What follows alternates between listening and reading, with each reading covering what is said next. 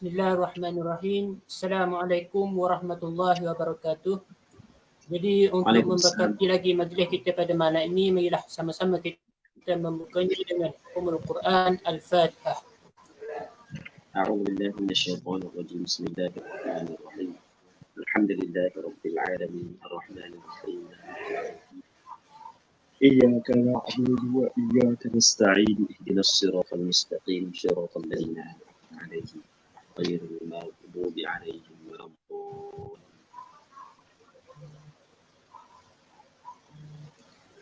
Alhamdulillah, salatu wassalamu ala asyrafil anbiya'i wal mursalin wa ala alihi wa sahbihi ajma'in.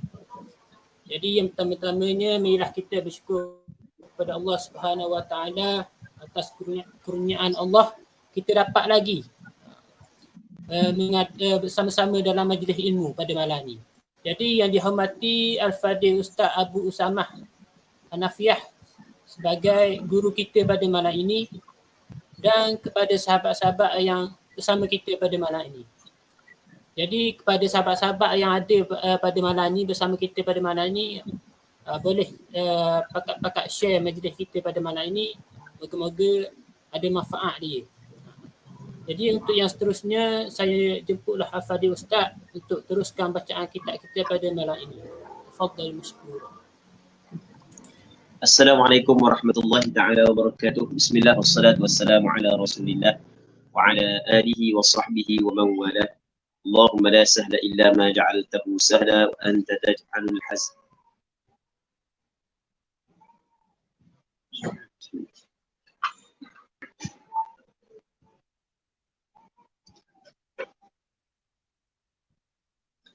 اللهم لا سهل إلا ما جعلته سهلا وأنت تجعل الحزن إذا شئت سهلا.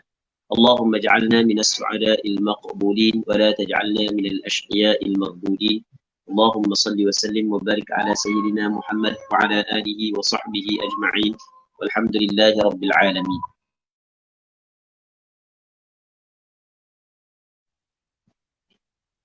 Baik, sini. Terima kasih kepada saudara moderator, pengerusi majlis, pihak penganjur, muslimi muslimat yang dirahmati oleh Allah Subhanahu wa taala. Insya-Allah kita sambung semula pengajian kitab Minhajul Talibin karangan Imam Nawawi rahimahullah subhanahu wa taala, kitab yang membincangkan tentang ilmu fiqh menurut pandangan mazhab Imam Syafi'i. Katanya kita masih lagi dalam perbincangan berkenaan dengan salatul khauf, sembahyang ketika bersangatan takut ataupun sembahyang di dalam peperangan. Sebenarnya kalau kita tengok sembahyang di dalam peperangan ataupun sembahyang al-khauf, bukan hanya perlu menjaga sembahyang, bahkan dalam sembahyang al-khawf syarak menekankan kepada kita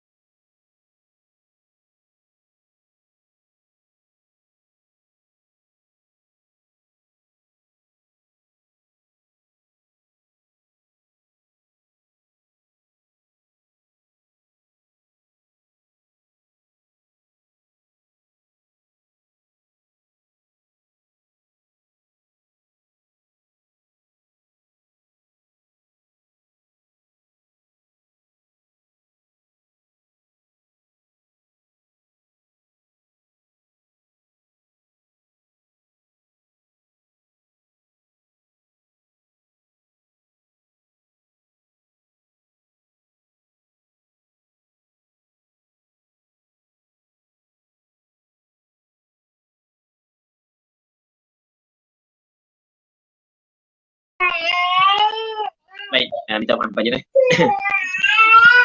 Baik. Jadi kalau kita tengok sembahyang al-khawf bukan hanya diperintahkan kepada kita menjaga sembahyang, ketika berada dalam peperangan, bahkan juga syarak menekankan kepada kita supaya kita jaga sembahyang berjamaah dalam peperangan. Maksudnya ketika kita dalam berperang, yang mana peperangan semua kita tahu bahawasanya dalam peperangan itu kita menghadapi kesusahan sebab kita telah mempertaruhkan nyawa kita dan kita telah berkorban banyak perkara lah dalam peperangan, banyak kesusahan yang kita hadapi, tetapi tetap syarak menuntut dan tekan agar kita tidak meninggal sembahyang berjamaah.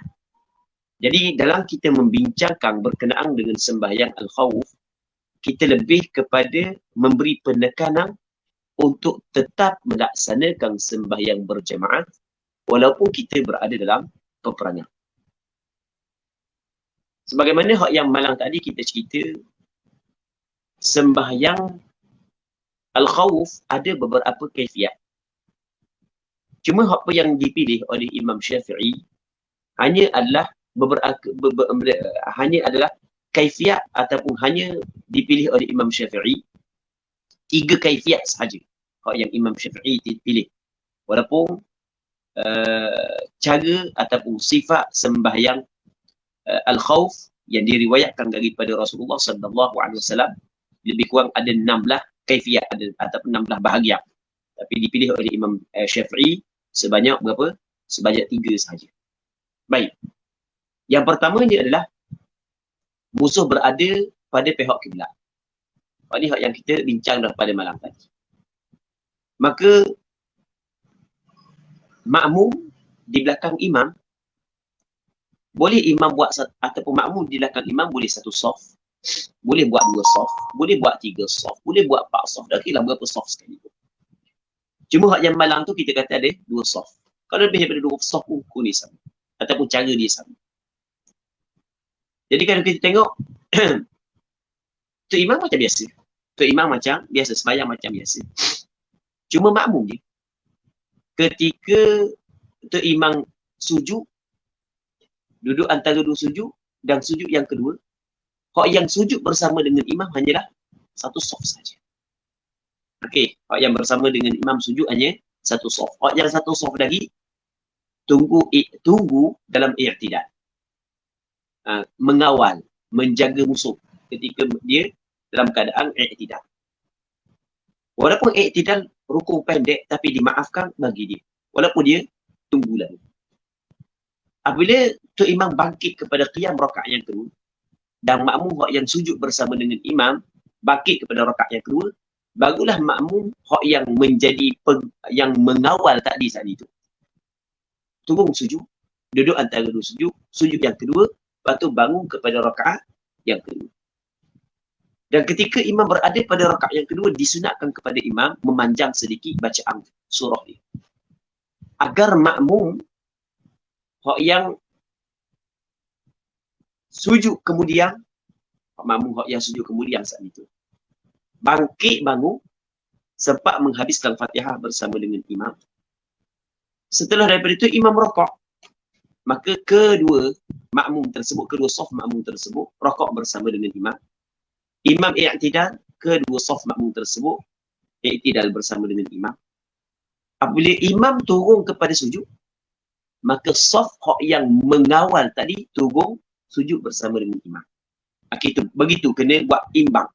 Jadi hak tadi mu ikut dah sujud bersama dengan imam, hak yang kedua hak ni pula ikut sujud bersama dengan imam. Jadi bermakna setiap saf didapat sujud bersama dengan imam pada 1 rakaat. Okey, nampak? Baik, ni kalau sekiranya 2 saf. 4 saf sama juga. 4 saf, 2 saf, 2 saf.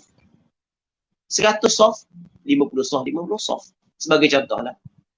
Dan boleh juga 1 saf yang panjang buat 1 saf.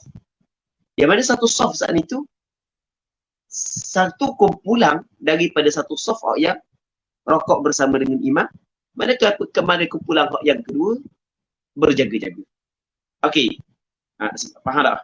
Buat 1 saf hanya kumpulan saja yang rakaat, kumpulan yang kedua berjaga. Lepas tu nanti masuk pada rakaat yang berikutnya. Silap, bukan satu kumpulan. Ketika tu imam rakaat, maka kedua kumpulan rakaat. Ketika imam iktidal, kedua kumpulan iktidal. Ketika tu imam turun kepada sujud, maka kumpulan yang berada pada satu saf yang kita bagi kepada dua saat itu, hak yang sujud hanya satu kumpulan saja. Boleh juga. Sebab itulah dikatakan walau harasa fihima firqata saffin jaz, sekiranya mengawal pada keduanya dua rakaat. Firqata saffin, dua kumpulan daripada satu saf. Okey, satu saf bagi dua kumpulan. Jaza, harus. Bukan mesti kena buat dua kumpulan. Bukan mesti kena buat dua saf. Okey, boleh jelas dah.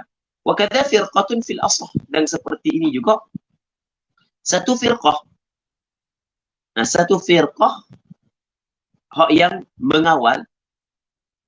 Satu firqah saat ni sekiranya mengawal pada keduanya oleh dua firqah daripada satu saf. Okey, boleh faham? Dua firqah daripada satu saf dia mengawal. Hukum dia adalah harus. Begitu juga satu firqah pada satu saf. Baik. Nah, jadi satu saf dia bagi kepada dua kumpulan. Baik. Ataupun satu saf saat itu dibagi kepada satu kumpulan. Maksudnya sama je lah. Nah, sama je tu walau harasa fihima firqata saffin jaz wa kadza firqatun fil asah. Baik. Cuma hak yang nak mengawal saat itu, hak yang nak jaga saat itu, dia kumpulan itu dapat menentang musuh.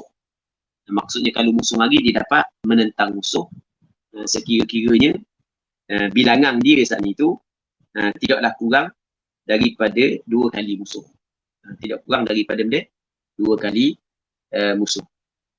Maksudnya tidak kurang daripada dua kali gini. Maksud kita nak kata kalau misalnya musuh 100 orang sebagai contoh. Dia 50 orang. Okey, tak apa lagi. Boleh. Sebab orang Islam Allah Ta'ala bagi kekuatan, seorang boleh lawan dua. Seorang boleh lawan dua. Itu maksudnya. Jika mengawal pada kedua rakaat oleh dua kumpulan bagi satu saf, maka hukum dia adalah harus. Sama juga adalah satu kumpulan pada mengikut qaul yang asah. Baik. Muslimin muslimat yang dirahmati oleh Allah Subhanahu wa Ta'ala.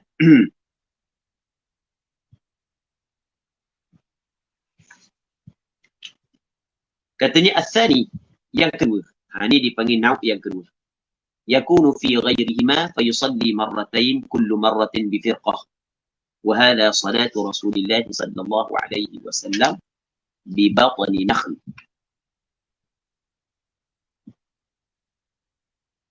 Katanya, dan yang kedua,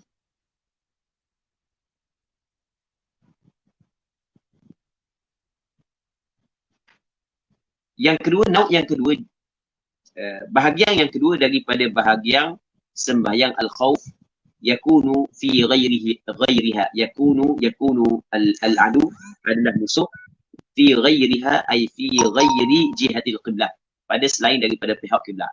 Kiblat sana, mungkin di sana, mungkin di sana, mungkin di sana. Maka fayusalli marratain kullu marratin bi firqah. Maka sembahyanglah ia imam marratain dua kali. Kullu marratin bi firqah, setiap sekali dengan satu kumpulan. Boleh juga. Jadi orang lain sembahyang macam biasa. Itu imamnya sembahyang dua kali. Itu imam seorang. Sebab dia sebenarnya asal pemimpin kena seorang. Jadi itu imam seorang. Itu imam seorang. Ambil yang bagi biskut. Jadi itu imam seorang. Dia sembahyang dengan firqah yang pertama, sembahyang. Lepas tu nanti dia imam yang sama sembahyang dengan firqah yang kedua. Cuma sembahyang yang kedua bagi imam itu adalah sembahyang jatuh sembahyang sunat. Dia panggil mu'adah. Jatuh sunat lah. Dia mu'adah, sembahyang fardu, hukum dia adalah sunat. Mu'adah, sembahyang fardu yang diulangkan, dia jatuh, dia hukum dia sunat. Sebab yang pertama tu yang menggugurkan fardu. Baik. Jadi fayusalli marratain kullu marratin bi firqah. وهذا صلاة رسول الله صلى الله عليه وسلم ببطن نخل. Ni adalah sembahyang Rasulullah sallallahu alaihi wasallam. وهذا أي وهذا هذا النوع bahagian yang kedua ni adalah sembahyang Rasulullah di Batni Nakhl, di nama tempat Batni Nakhl. Ada satu tempat di Najd di sana, di Arab Saudi itulah. Nama tempat dia adalah Batni Nakhl. Ketika Rasulullah berada di sini dalam peperangan ni, Rasul sembahyang dengan cara ni. Rasul sembahyang dua kali. Jadi sembahyang dengan satu kumpulan. Lepas tu kumpulan hak yang tak sembahyang saat itu berjaga pada arah musuh. Jadi kita ada ke sana sembahyang. Musuh ada ke mana? Mungkin ada sebelah sana. Kita nampak gini, nampak sikit kan. Jadi Rasul hadap ke sana kiblat. Musuh hak selagi ada sebelah sana kan. Jadi benda yang kumpulan saat ni tu dia hadap kepada musuh.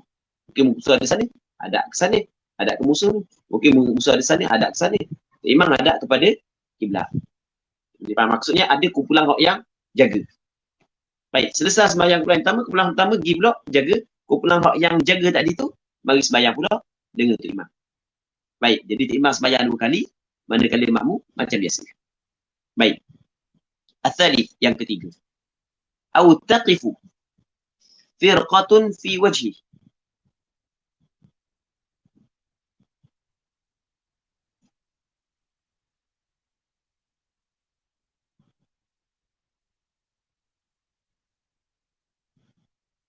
Au taqifu firqatun fi wajhi, ataupun berdiri oleh satu kumpulan fi wajhi al-adu. Ni cara yang ketiga. Okey. Ni masalah kalau sekiranya musuh bukan berada pada pihak kiblat. Jadi bagi dua kumpulan. Kalau misalnya kita kata 1000 orang, 500 orang sekumpulan. Lepas tu cara dia lagu mana? Sekumpulan berdiri pada berhadap dengan musuh untuk jaga. Wa yusalli, dan sembahyanglah imam bi firqatin, dengan satu kumpulan, rakaatan, satu rakaat. Imam sembahyang dengan satu kumpulan, satu rakaat. Fa idza qama lis-tsaniyah, maka apabila bangunlah imam kepada rakaat yang kedua. Imam bangun pada rakaat yang kedua. Faraqathu, mufaraqahlah ia firqah yang sembahyang bersama dengan imam akan imam. Imam masuk rakaat yang kedua, jadi tu imam kena baca panjang. Tu imam baca panjang. Faham? Manakala makmum hak yang belakang tu imam saat itu, hak yang sembahyang dah satu rakaat bersama dengan imam, dia kena mufaraqah dengan imam. Okey, dia mufaraqah. Maksud dia rakaat sendiri. Dan mufaraqah di sini adalah mufaraqah bi'udhri. Dia tidak meluputkan fadilat berjemaah. Dia lain daripada mufaraqah bi ghairi uzri. Kita ada mufaraqah bi uzr, kita ada mufaraqah bi ghairi uzr. Mufaraqah yang tanpa keuzuran, dia akan meluputkan fadilat berjamaah, berbeza dengan mufaraqah bi uzri. Ini mufaraqah bi uzri. Baik. Fa idza qama lisaniyah faraqatuhu, patu wa atamma, dan dia menyempurnalah ia firqah saat itu, yakni akan sembahyang tersebut.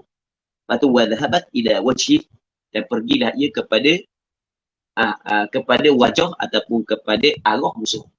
Wajhihi ay wajhil adu. Tukar. Kumpulan hak yang jaga, hak yang hadap kepada musuh saat itu, mari dia pergi. Baik. Pergi dulu, lepas tu baru mari ni. Waja'al waqifuna, dan datanglah oleh orang yang berdiri, yang berhadap musuh, faqtadau bihi, maka mengikutlah mereka itu bihi bil imam. Jadi imam kena duduk lama, berdiri lama rakaat yang kedua. Berdiri lama. Lepas tu kumpulan yang kedua mari takbiratul ihram bersama dengan imam. Wa shalla bihi musaniyah, maka sembahyanglah ia imam dengan mereka itu as-saliyah akan rakaat yang kedua. Ini kalau sekiranya sembahyang tu qasar. Kalau sembahyang tu tamam, maka buat dua. Kita boleh faham, dua rakaat. Maksudnya nanti masuk kepada rakaat yang ketiga, barulah kumpulan yang di belakang imam yang sembahyang awal saat itu niat mufaraqah. Okey, jelaskan. Sebab sembahyang apa? Dua. Baik.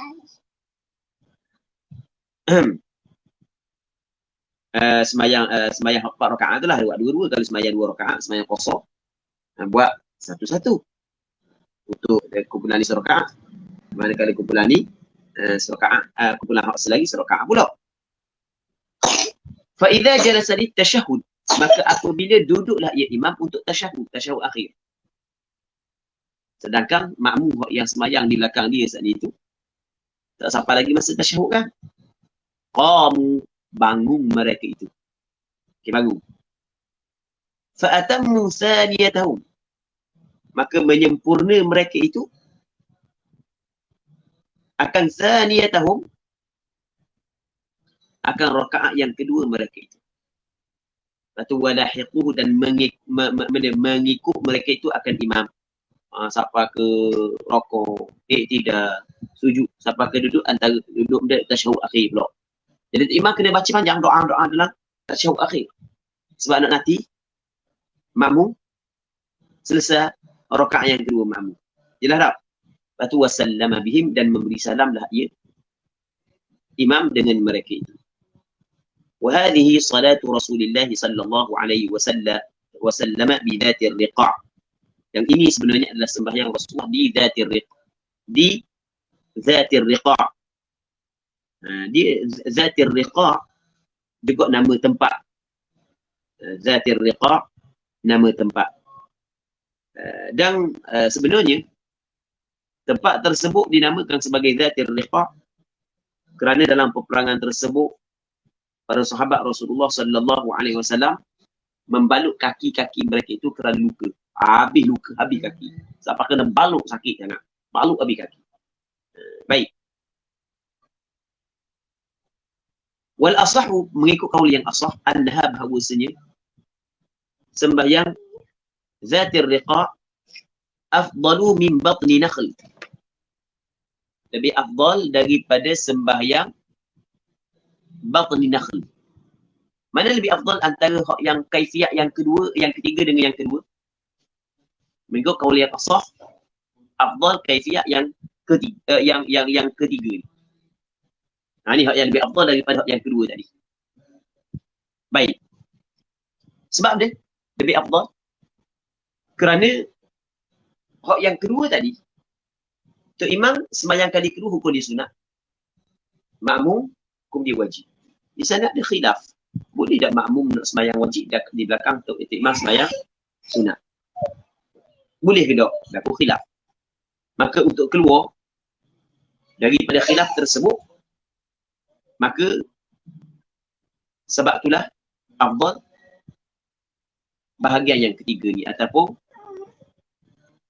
cara hak yang ketiga. Satu. Yang keduanya, afdal yang ketiga berbanding dengan yang kedua adalah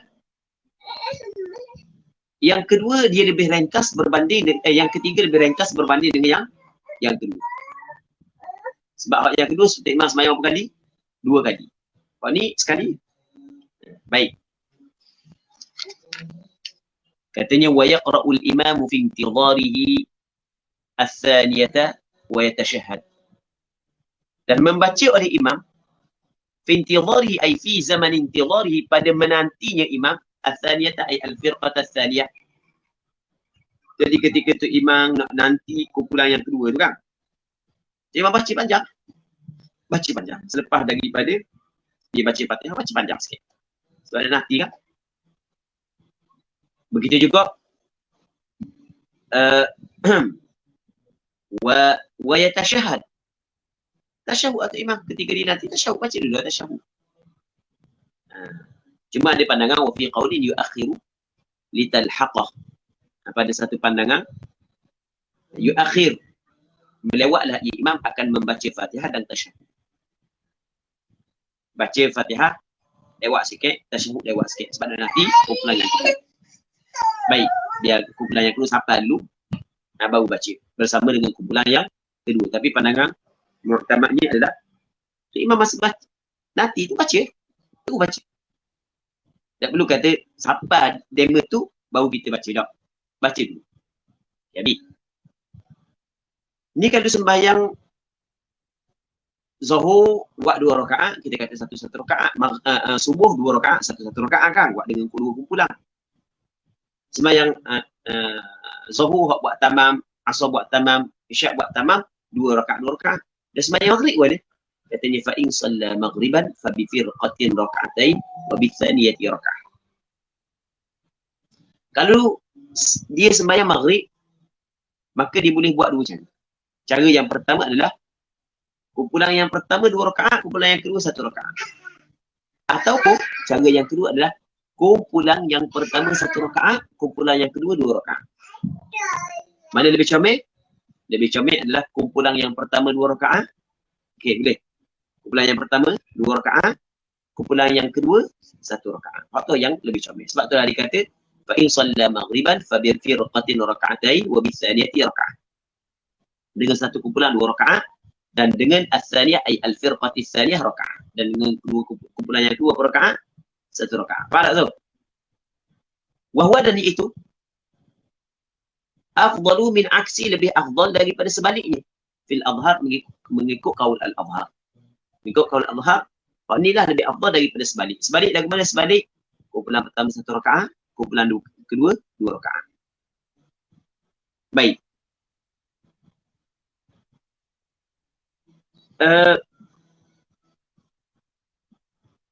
Kata dia,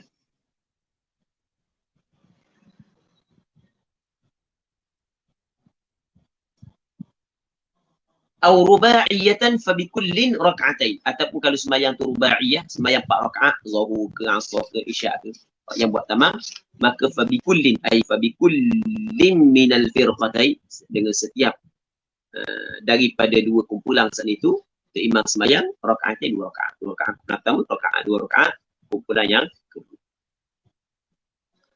Katanya falau shalla bi kulli firqatin rak'atan sahhat salatul jami'i fil adhar. Maka jika sembahyanglah imam dengan setiap kumpulan 1 rakaat. Sembahyang 4 rakaat, disembahyang setiap kumpulan 1 rakaat. Jadi bermakna dibahagi kepada berapa kumpulan tu? 4 kumpulan. Dibagi kepada berapa kumpulan? 4 kumpulan. Dia bagi kepada 2 kumpulan, dibagi kepada 4. Setiap rakaat 1 kumpulan. Jawabnya adalah sahhat salatul jami'i fil adhar. Sah sembahyang sekalian fil adhar.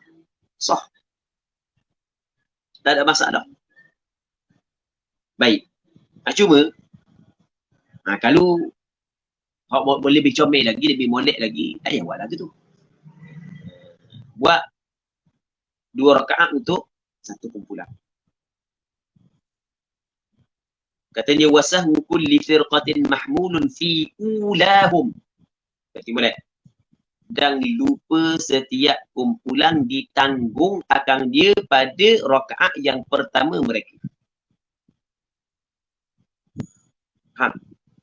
Maksud dia ni, kita apabila makmum melakukan kesalahan dalam sembahyang, tapi kesalahan itu tidak membatalkan sembahyang lah. Makmum melakukan kesalahan, maka kesalahan yang dilakukan oleh makmum ditanggung oleh imam. Makmum tidak baca tasyahud awal, kesalahan. Nanti pada penghujung sembahyang makmum, adakah sunat makmum sujud sahwi? Jawapan dia tidak. Kerana kesalahan yang dilakukan oleh makmum, terlupa yang dilakukan oleh makmum itu ditanggung oleh imam. Jelas tak tu? Jelas. Jadi katanya, dan terlupa setiap kumpulan ditanggung. Yang ini ditanggung oleh imam fi ulahum, maksudnya pada rakaat yang pertama mereka. Rakaat yang pertama, kumpulan pertama, rakaat pertama dia, kumpulan yang kedua, rakaat yang pertama dia, ditanggung oleh imam kesalahan. Sebab dia? Sebab rakaat yang pertama setiap kumpulan adalah dia menjadi makmum kepada imam. Lagi. So, kan kumpulan pertama dia sembahyang bersama dengan imam kan? Kumpulan pertama dia sembahyang bersama dengan imam. Jelas? Nampak? Kumpulan yang pertama ni, yang pertama dia sembahyang bersama dengan imam. Imam masuk pada rakaat yang kedua, Imam masuk pada rakaat yang kedua, dia pun selesaikan sembahyang dia. Jadi rakaat yang kedua dia cegah dengan tu imam. Betul? Tak gitu? Jadi adakah ketika dia cegah dengan tu imam saat ni tu, kesalahan yang dilakukan oleh dia ditanggung oleh imam? Tidak. Jelas tak? Jelas tak? Sekali lagi ya. Kan kita dua kumpulan tadi. Kumpulan pertama dia sembahyang satu rakaat bersama dengan imam. Jadi satu rakaat bersama dengan imam dia makmum tau. Jadi kalau dalam rakaat tersebut andai kata dia melakukan dia terlupa, maka ia ditanggung oleh imam. Masuk rakaat yang kedua dia cegah daripada imam. Jadi rakaat yang kedua setelah daripada dia bercerai oleh imam, lupa yang dilakukan pada rakaat tersebut tidak ditanggung oleh imam sebab dia telah berpisah daripada imam. Okey, boleh faham? Maka dia pun pergi jaga. Lepas tu orang pula mari sembahyang belakang tu imam. Nah, kumpulan yang kedua yang sembahyang belakang tu imam, dia sempat rakaat yang kedua adalah rakaat yang pertama bagi dia. Betul tak? Rakaat yang kedua bagi imam tapi rakaat yang pertama bagi dia. Maka rakaat yang pertama bagi dia, dia sembahyang berjemaah bersama dengan imam. Lupa dia dalam rakaat yang pertama juga ditanggung oleh imam. Sebab tu dia katakan lupa setiap kumpulan ditanggungkan pada rakaat yang pertama. Rakaat kedua, nak tidur. Sebab dia ditanggung pada rakaat pertama, sama ada kumpulan pertama ke kumpulan kedua, kerana kedua-dua kumpulan tersebut untuk rakaat pertama mereka, semuanya mereka menjadi makmum. Cuma masalah rakaat yang kedua boleh. Wa kadza thaniyatu thaniyati bil asah. Seperti ini juga ditanggung oleh imam, lupa mereka. Thaniyatu thaniyah. Rakaat yang kedua bagi kumpulan yang kedua. Harap rakaat yang kedua bagi kumpulan yang kedua. Sebab kumpulan yang kedua dia akan memberi salam dengan imam. Jadi rakaat yang kedua yang dibuat masih lagi dikirakan dia sembahyang berjemaah. Okey, jelas. Melainkan kalau dia niat mufaraqah. Nampak tak Zul? Baik.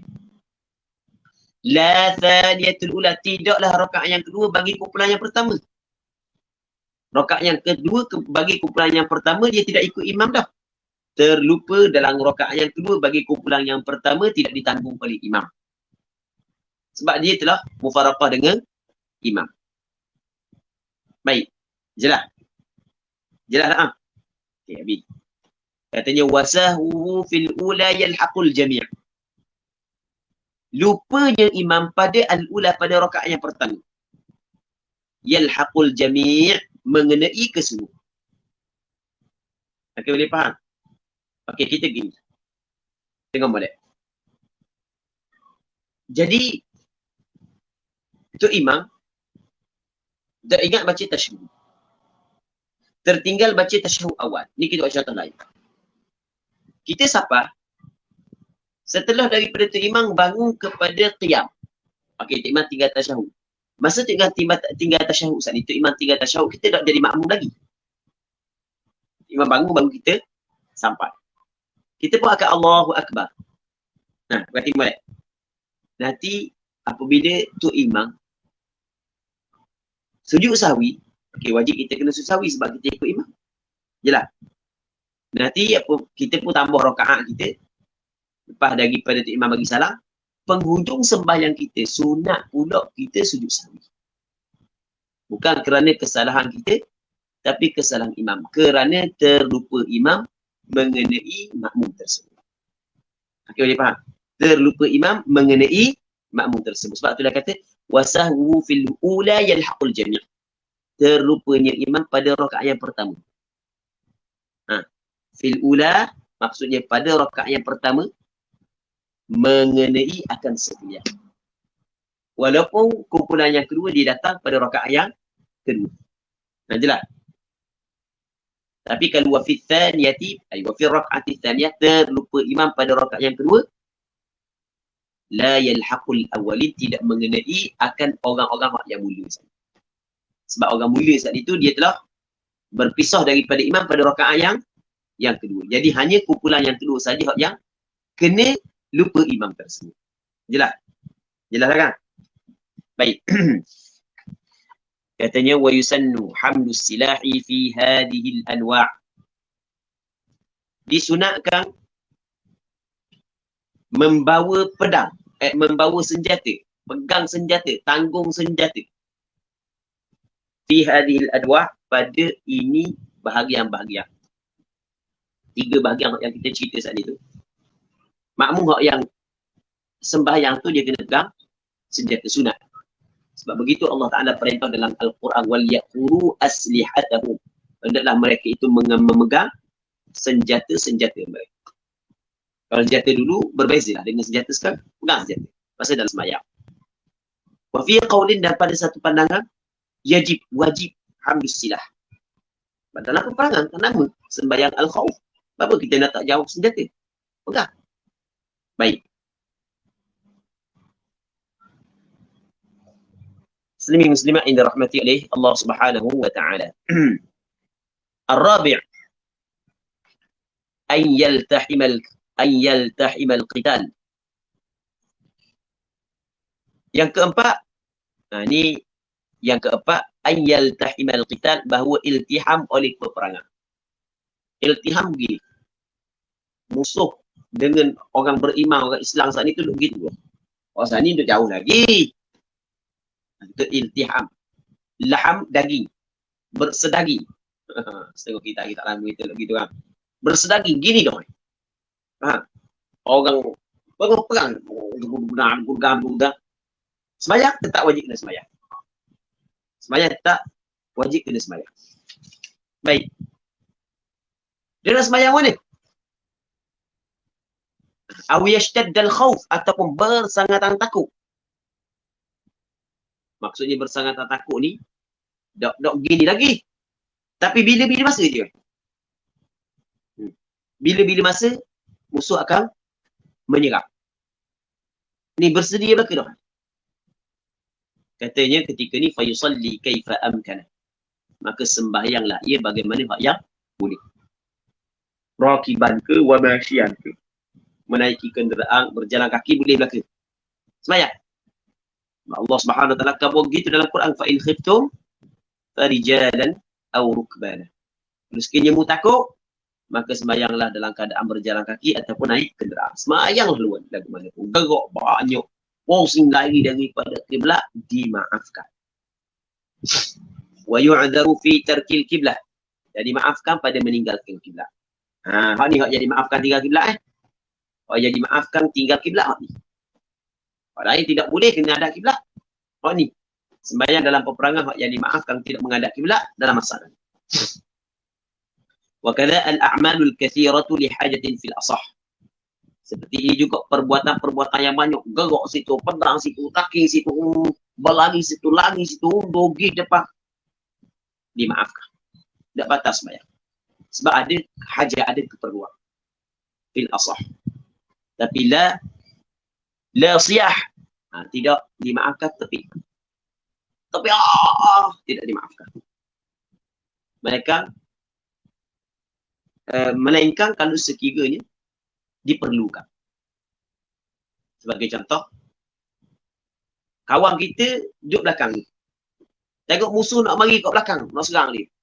Kita tengok sembahyang kita kabur dia. Duduk musuh belakang tau. Okey, itu tak apa. Tu. Baik. Katanya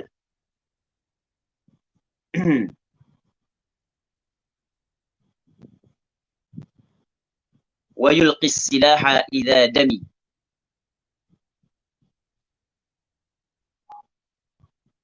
Dan mencampuklah ia akan senjata apabila dami.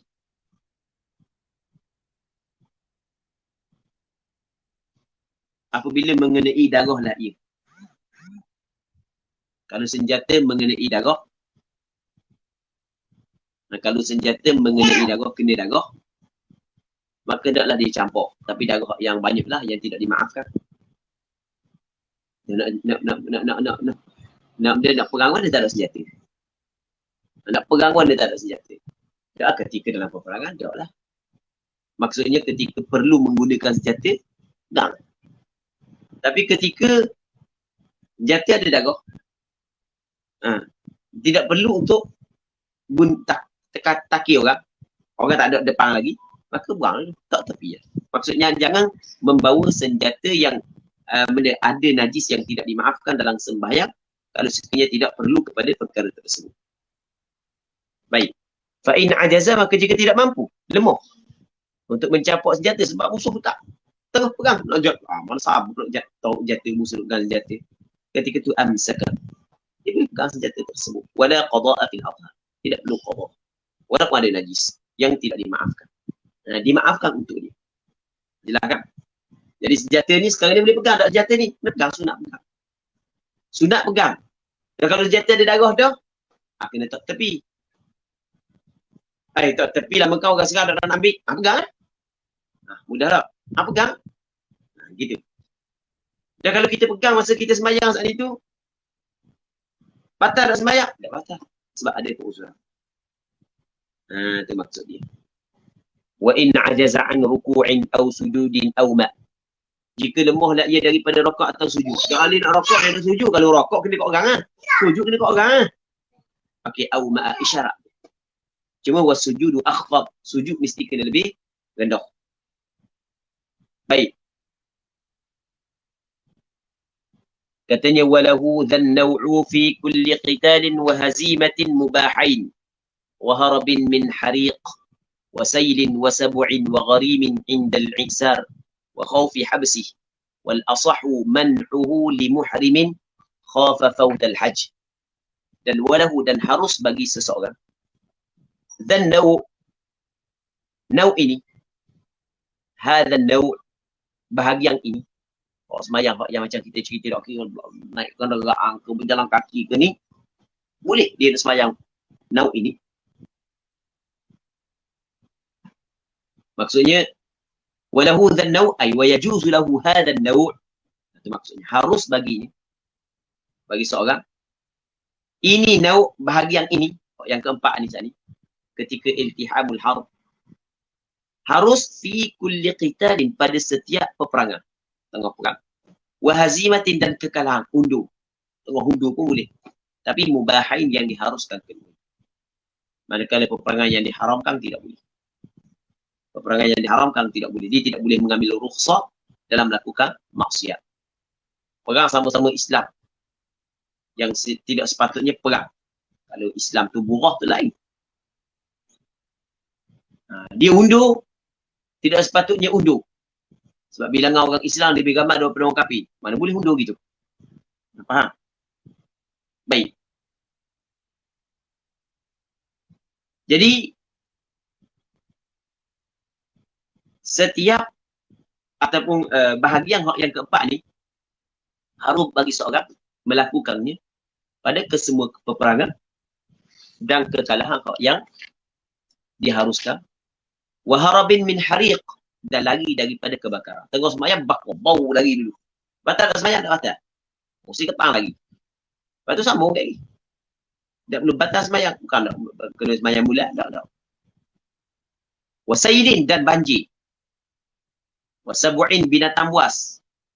Wa gharim, tuan hutang. Indal i'sar, ketika tak ada pitih nak bayar. Tuan hutang lari dulu. Tengok sembahyang. Sebab tuan hari kata nak sikit. Tuan hutang nak katok. Dia ada pitih nak bayar. Ada pitih tak boleh. Indal i'sar wa khawfi habsi, dan takut ditahan lagi. Kalau takut ditahan tak ada masalah. Takut ditahan, dipegang. Terbekah lagi. Baik. Wal asahhu man'uhu li muhrimin khafa fawt al-hajj. Yang qaul yang asah, man'uhu, ditegah akan naw' ini bagi muhrim, bagi orang yang sedang berihram, khafa fawt al-hajj, yang bimbang ia akan luput haji. Tengok sembahyang. Kalau aku sudah sembahyang ni takut ada nak wukuf di padang Arafah. Nabi dah waktu wukuf. Kalau aku nak sudah sembahyang. Jadi biar tak sudah pun berlari wukuf dulu sebagai contoh kan. Lepas tu sampai sana baru sudah sembahyang. Tak boleh. Itu maksud wal asahhu man'u li muhrimi khafa fawt al-hajj. Baik.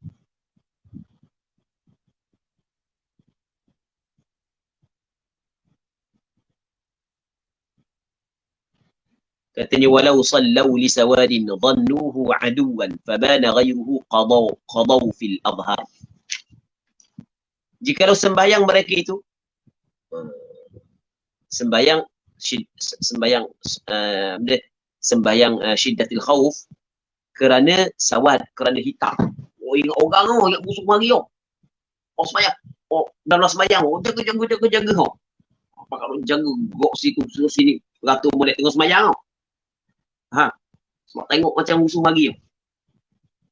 Dhannuhu yang menyangka mereka itu akan sawad saat itu aduan musuh. Fabana ghayruhu maka nyata bukan musuh. Qadaw fil adhar, kena qada mereka itu sembahyang tersebut mengikut qaul adhar. Kena qada balik asilat. Dimaafkan ketika ada musuh. Sekarang ni disangka musuh. Rupanya bukan musuh, kena sembahyang sunnah. Baik. Seterusnya katanya faslun fima yajuzu lubsuhu lil muharib wa ghairihi wa ma la yajuz. Kita berhenti sini dulu untuk malam ni. Wallahu subhanahu wa ta'ala a'la wa alam. Kita tengok soalan sekejap.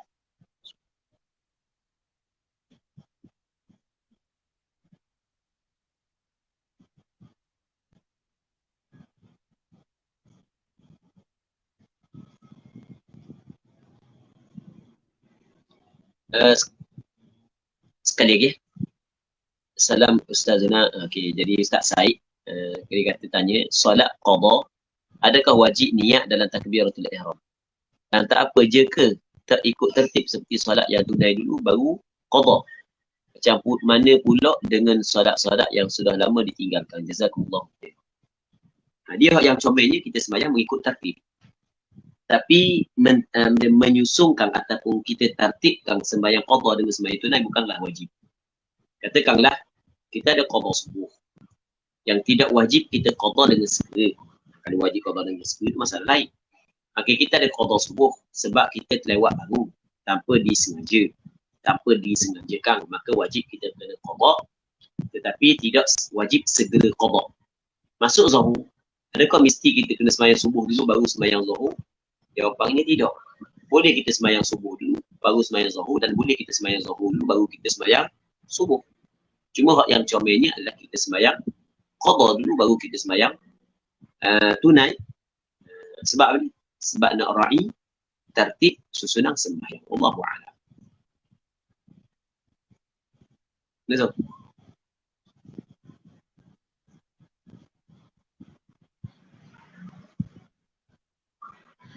Sarang burung layang-layang boleh makan. Dah burung dia boleh makan ke tak? Burung walik tu. Thank you Ustaz.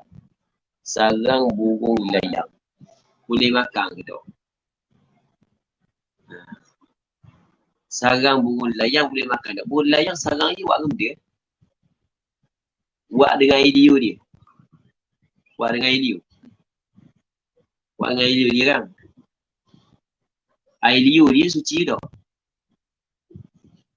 Ke buat dengan muntah dia? Buat dengan ideo kan? Ideo tak ada masalah, suci je ideo dia. Ideo dia tak ada masalah, suci, boleh makan je. Ideo dia lah. Lepas tu burung layang boleh makan ke tak? Wallahu a'lam, burung layang boleh makan ke tak? Tapi kalau nak makan ada pandangan kata boleh makan. Wallahu a'lam. Ambo tak mau makan. Burung layang tu lah. Sarang burung layang boleh makan. Wallahu a'lam. Okey, terima kasih diucapkan kepada Al-Fadhil Ustaz di atas penyampaian daurah kita pada malam ini.